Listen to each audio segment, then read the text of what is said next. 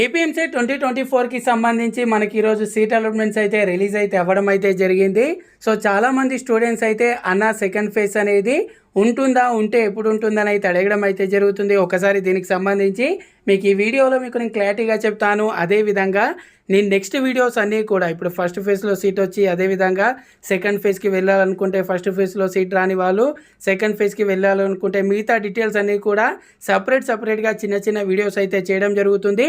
So ప్రతి ఒక్కరు కూడా ఛానల్ని తప్పకుండా సబ్స్క్రైబ్ చేసుకోండి. అదేవిధంగా ఈ వీడియోని తప్పకుండా లైక్ చేయండి. సో సెకండ్ ఫేజ్ అనేది మోస్ట్లీ మనకు కండక్ట్ అయితే చేయడం అయితే జరుగుతుంది. ఇప్పటి వరకు దానికి సంబంధించి మనకు అఫీషియల్ అప్డేట్ అనేది లేకపోయినా సరే సెకండ్ ఫేజ్ అయితే ఉంటుంది. సో లాస్ట్ ఇయర్ అంతకుముందు కూడా మనకు సెకండ్ ఫేజెస్ కండక్ట్ చేశారు. అదేవిధంగా చూసుకున్నట్లయితే ఒక ఫైనల్ ఫేజ్ కూడా కండక్ట్ అయితే చేయడం జరిగింది. కాబట్టి సో ఖచ్చితంగా మనకు సెకండ్ ఫేజ్ అనేది కండక్ట్ అయితే చేయడం అయితే జరుగుతుంది.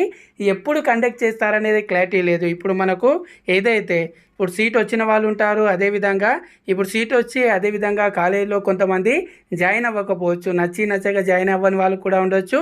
సో ఇవన్నిటికీ సంబంధించి మళ్ళీ డీటెయిల్స్ అనేది వచ్చిన తర్వాత సెకండ్ ఫేజ్ అనేది కండక్ట్ చేసే ఛాన్స్ అయితే ఎక్కువగా ఉంటాయి. కంగారు పడాల్సిన అవసరం అయితే లేదు.